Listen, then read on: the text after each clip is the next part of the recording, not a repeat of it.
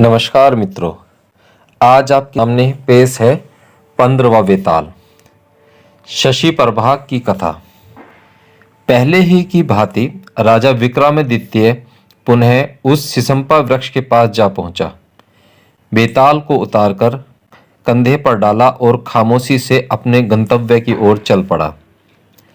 रास्ते में फिर वेताल ने मौन भंग करते हुए कहा, राजन, सचमुच ही तुम बहुत परिश्रम कर रहे हो। तुम्हारे श्रम को भुलाने के लिए इस बार मैं तुम्हें यह कथा सुनाता हूं, किंतु शर्त वही रहेगी कि कथा के दौरान तुम मौन धारण किए रहोगे। यदि तुमने मौन भंग किया तो मैं पुनः अपने स्थान पर लौट जाऊंगा। विक्रमादित्य ने सहमति जताई तो बेताल ने उन्हें यह कथा सुनाई।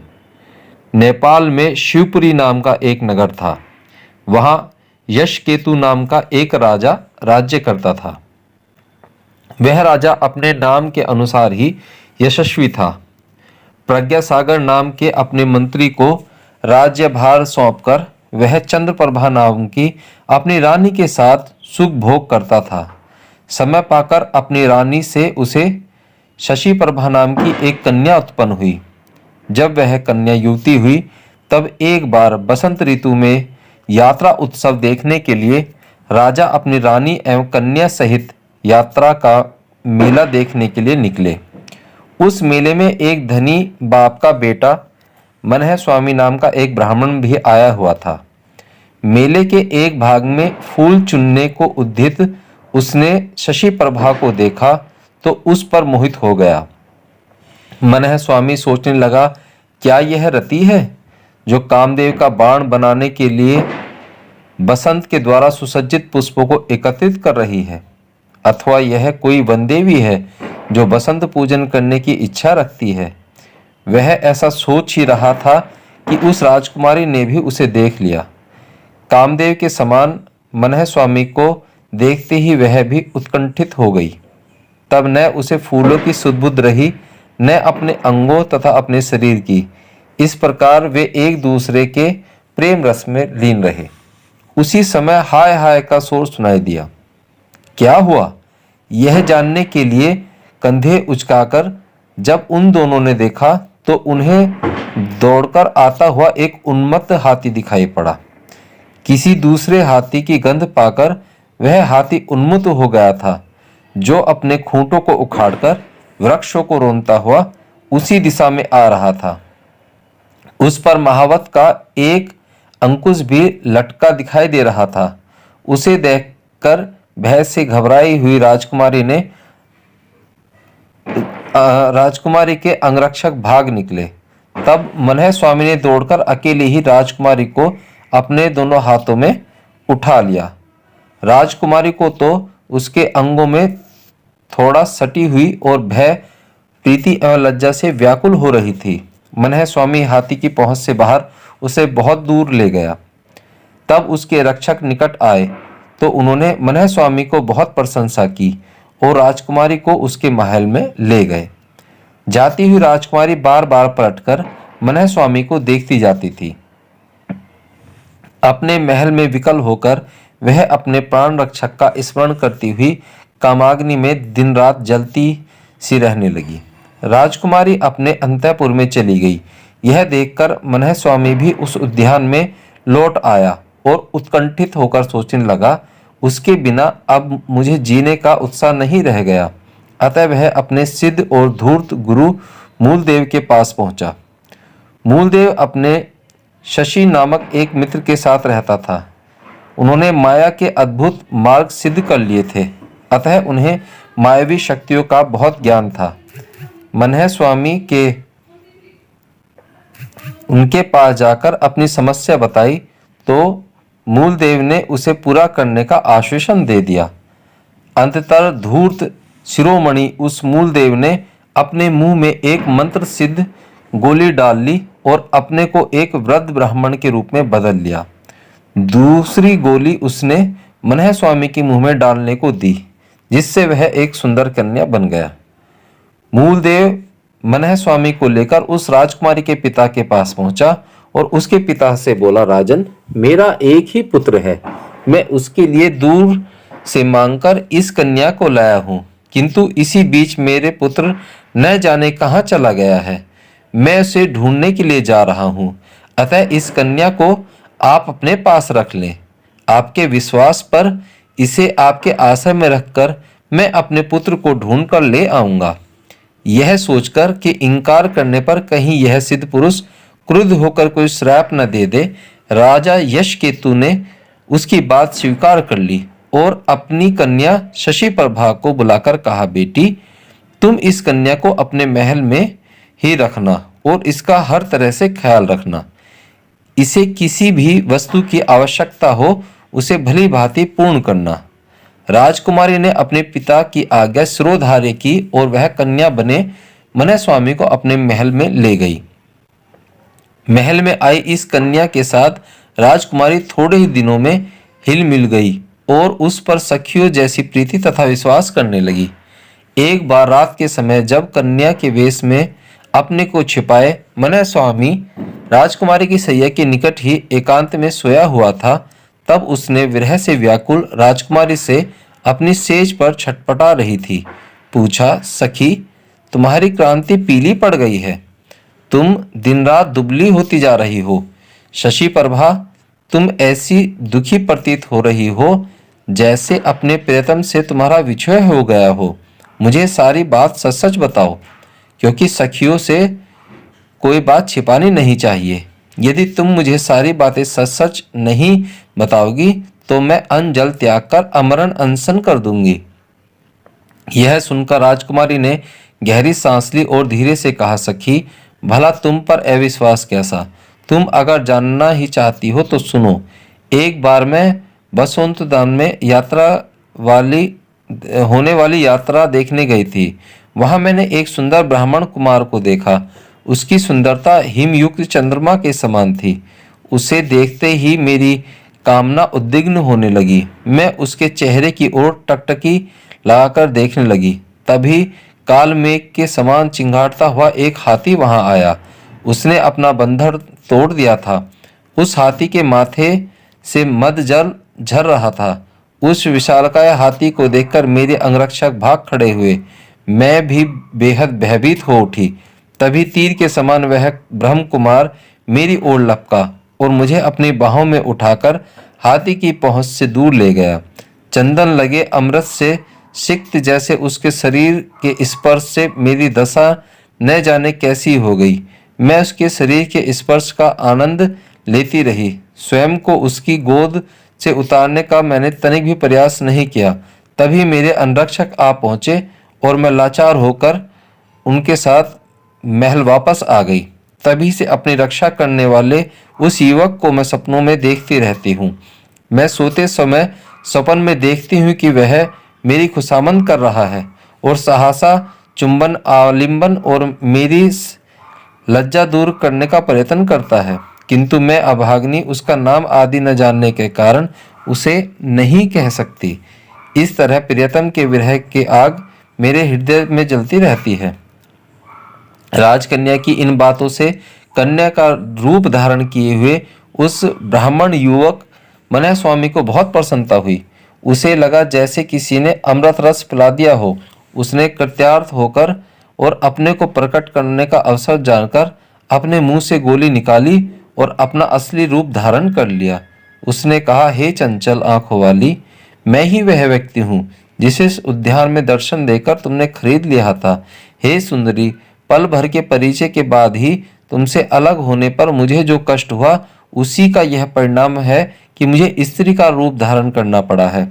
अतः मेरी ओर अपनी इस ऐसा है विरह व्यथा को दूर करो, क्योंकि मैं इससे अधिक विरह व्यथा सहन नहीं कर सकता। अपने प्रियतम को सामने पाकर शशि प्रभा भाव विह्वल हो उठी और प्रसन्नता से मनः स्वामी से ऐसे चिपक गई जैसे कोई लता वृक्ष से चिपकती है। उन्होंने उसी समय गंधर्व विवाह कर लिया। फिर दोनों प्रेमी अपनी इच्छा के अनुसार सुख भोग करने लगे। इसी प्रकार सफल मनोरथ वाला वह मनः स्वामी दो रूप धारण करके राजमहल में ही रहने लगा। दिन में मुंह में गोली डालकर वह स्त्री बन जाता और रात को गोली निकालकर पुरुष। कुछ समय बीतने के पश्चात एक दिन राजा यशकेतु के साले मृंगदत्त ने अपनी कन्या मृंगवती का विवाह प्रज्ञासागर नामक ब्राह्मण महामंत्री के पुत्र से कर दिया। विवाह के पश्चात उन्होंने प्रज्ञासागर को बहुत सा धन भी दिया। विवाह का निमंत्रण पाकर राजकुमारी शशाप्रभा अपनी ममेरी बहन के विवाह में सम्मिलित होने के लिए अपने मामा के घर चली गई। उसके साथ उसकी सहेलियों और अनुचरियां भी गई। सुंदर स्त्री का रूप धारण किए मनः स्वामी भी उसके साथ गया। वहां जब मंत्री के पुत्र ने स्त्री का रूप धारण किए मनः स्वामी को देखा तो वह उसकी सुंदरता पर मुग्ध हो गया और उसे प्राप्त करने की इच्छा करने लगा। उस कपट कन्या मनः स्वामी ने मंत्री के पुत्र का चित्त चुरा लिया था। वह जब अपनी नवविवाहिता पत्नी के साथ घर लौटा तब उसे सब कुछ सूना सा जान पड़ा। मंत्री के पुत्र का मन हर पल उसी के रूप लावण्य के ध्यान में रमा रहने लगा। अंततः वह एक दिन तीव्र अनुराग के सर्प से डसा जैसे पागल सा हो उठा। मंत्री पुत्र ने बंधु बांधव से यह सोचकर घबरा उठे कि यह क्या हुआ। हंसी खुशी का उत्सव रोक दिया गया। यह वृत्तांत सुनकर उसका पिता प्रज्ञासागर भी वहां आ पहुंचा। पिता ने जब उसे दिलासा दी तो उसे कुछ होश आया। उसने उन्माद में प्रलय करते हुए अपनी मनोकामना अपने पिता से कह सुनाई। उसके पिता ने जब यह देखा कि स्थिति उसके हाथ से बाहर हो गई है तो बहुत व्याकुल हुए। सारा वृत्तांत जानकर राजा भी वहां पहुंचे।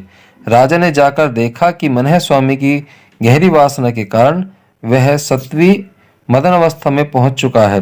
तब शीघ्र ही उन्होंने प्रजाजनों से कहा, ब्राह्मण जिस कन्या को मेरे यहाँ रखकर गया है उसे मैं इसको कैसे दे दूं? लेकिन यह भी सत्य है कि उसके बिना यह अंतिम दिशा में पहुंच जाएगा। इसके मरने पर मेरा मंत्री में जीवित न रहेगा जो इसका पिता है। अब आप लोग बताइए कि क्या करना चाहिए। मदन अवस्था की इस 10 दशाएं बताई गई हैं जो इस प्रकार हैं: अभिलाषा, चिंता, स्मृति, गुणानुवाद, उद्वेग, प्रहलाद, उन्माद, व्याधि, जड़ता और स्मरण। राजा की यह बात सुनकर सभी प्रजाजनों ने कहा, राजा का धर्म तो यही कहा गया है कि वह प्रजा के धर्म की रक्षा करे। धर्म रक्षा का मूल है परमार्थ और वह परमार्थ मंत्रियों से ही मिलता है।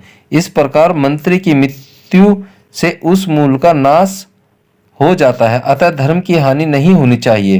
पुत्र सहित उस मंत्री का वध करने का पाप लगेगा। अतः इसकी रक्षा अवश्य करनी चाहिए और आसन्न धर्म हानि को रोकना चाहिए। ब्राह्मण जो उस कन्या आपके यहाँ छोड़ गया है उससे मंत्री पुत्र का विवाह कर देना चाहिए। ब्राह्मण जब लौटकर आएगा और क्रोध करेगा तब उसका प्रबंध कर लिया जाएगा। प्रजाजनों का यह कहना राजा ने मान लिया। वह उस बनी हुई कन्या को मंत्री पुत्र के हाथों सौंपने के लिए शुभ मुहूर्त निश्चित करके राजकुमारी के घर से उसे ले आया। तब कन्या रूप वाले मनः स्वामी ने राजा से कहा, महाराज मैं दूसरे के द्वारा किसी अन्य पुरुष के लिए लाई गई हूँ।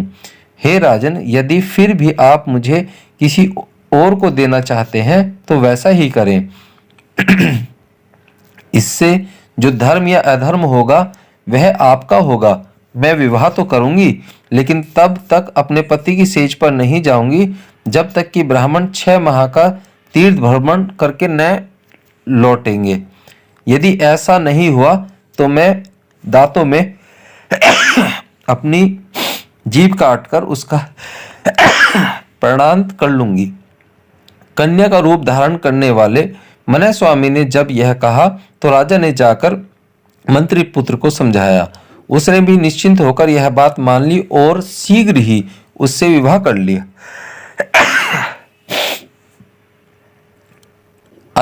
अंततः एक ही सुरक्षित घर में अपनी पहली पत्नी मृंगवती और उस बनावटी पत्नी को रखकर स्त्री को प्रसन्न करने की इच्छा से वह मूर्ख तीर्थ यात्रा के लिए बाहर चला गया।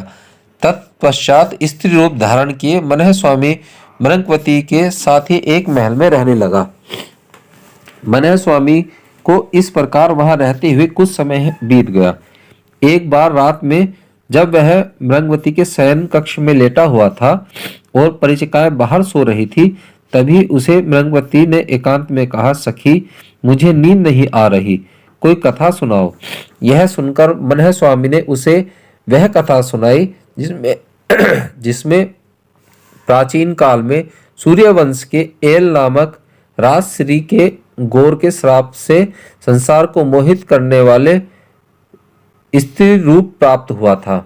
नंदन वन में उसे देखकर मोहित हो गए थे और एक दूसरे की प्रति में संभोग के पुनर्व का जन्म हुआ था। यह कथा सुनकर उस धूर्त ने पुनः कहा, इस तरह देवताओं के आदेश या मंत्र और औषधि के प्रभाव से कभी कभी पुरुष स्त्री बन जाते हैं और कभी स्त्री पुरुष बन जाती है। इस प्रकार कभी कभी बड़ों में भी कामद संयोग हुआ करते हैं। मृगवती को विवाह के बाद ही उसका पति छोड़ गया था। मनह स्वामी के साथ रहने के कारण उसे उस पर भरोसा हो गया था। मनह स्वामी की यह बात सुनकर उसने कहा, सखी तुम्हारी यह कथा सुनते ही मेरा शरीर कांपने लगा है, हृदय बैठा सा जा रहा है। बताओ तो भला यह कैसी बात है। यह सुनकर स्त्री बना मनह स्वामी उससे बोला, सखी तुमने काम की जागृति के यह अपूर्व लक्षण है। मैं तो इसका अनुभव कर चुकी हूँ, पर तुमसे मैंने नहीं कहा।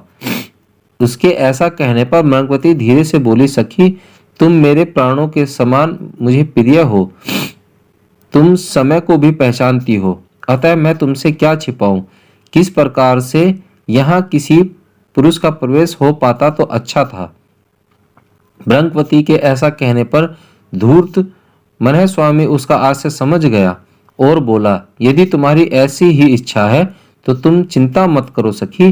भगवान विष्णु की कृपा से मुझे एक ऐसा वरदान प्राप्त है कि मैं अपनी इच्छा से जब चाहूं स्त्री बन जाऊं और जब चाहे पुरुष। अगर तुम चाहती हो तो मैं तुम्हारे लिए पुरुष बन जाती हूँ। ऐसा कहकर मनह स्वामी ने अपने मुख से गोली निकाल ली और उस यौवन से उद्दीप्त अपना सुंदर पुरुष रूप उसे दिखलाया। इस तरह जब वे एक दूसरे का विश्वास प्राप्त कर चुके और उसकी सारी यंत्रणाएं जाती रही तो समय के अनुसार वे सुख भोग करने लगे। अंततः मंत्री पुत्र की उस भार्या के साथ उस ब्राह्मण दिन को स्त्री और रात को पुरुष बनकर भोग विलास से लिप्त रहने लगा। कुछ समय बाद मंत्री पुत्र के लौटने का समय निकट आया तो जानबूझकर मनह स्वामी मंगलावती के साथ रात के समय भागकर चला गया। इन्हीं घटनाओं के बीच सारा वृत्तांत सुनकर उसका गुरु मूलदेव बूढ़े ब्राह्मण के रूप में वहां फिर आया। उसके साथ युवक ब्राह्मण के रूप में उसका मित्र शशि भी आया। मूलदेव ने आकर कहा, राजा यश केतु से नम्रता पूर्वक कहा, मैं अपने पुत्र को ले आया हूं राजन, अब मेरी बहू मुझे लौटा दीजिए। तब श्राप के भय से डरे हुए राजा ने सोच विचार के साथ कहा, हे ब्राह्मण, आपकी बहू तो न जाने कहाँ चली गई, अतः आप मुझे क्षमा करें। अपने अपराध के कारण मैं आपके पुत्र के लिए अपनी कन्या दे देता हूँ। इस पर बूढ़ा ब्राह्मण धूर्तराज मूलदेव उसे बुरा भला कहने लगा और उस पर वादे से मुकरने का आरोप लगाने लगा। अंततः किसी प्रकार राजा के अनुनय विनय करने पर शांत हुआ और शशि प्रभा का विवाह अपने बनावटी बेटे के साथ होना स्वीकार कर लिया। धूर्त मूलदेव नवविवाहिता वर वधू को साथ लेकर अपने स्थान के लिए चल पड़ा। उसने राजा की से धन की इच्छा नहीं की। बाद में वह मनह स्वामी वहां आया, तब उसके साथ शशि के बीच झगड़ा उत्पन्न हुआ। मनह स्वामी ने कहा, शशि प्रभा को मुझे दे दो, गुरु की कृपा से इस कन्या को पहले मैंने ही ब्याया था। शशि बोला, मूर्ख, तू इसका कौन है? यह तो मेरी स्त्री है। इसके पिता ने अग्नि को साक्षी मानकर इसको मुझे सौंपा है। इस तरह वे दोनों माया के बल पर पाई उस राजकुमारी के साथ झगड़ने लगे, लेकिन उनके झगड़े का निपटारा नहीं हो सका। इतना सुनकर वेताल ने विक्रम से पूछा, हे राजन, अब तुम ही बताओ, संशय दूर करो कि वह राजकुमारी वस्तुतः किसकी स्त्री हुई। यदि तुम जानते हुए भी मेरा संशय दूर नहीं करोगे तो तुम्हें पहले वाला ही श्राप लगेगा।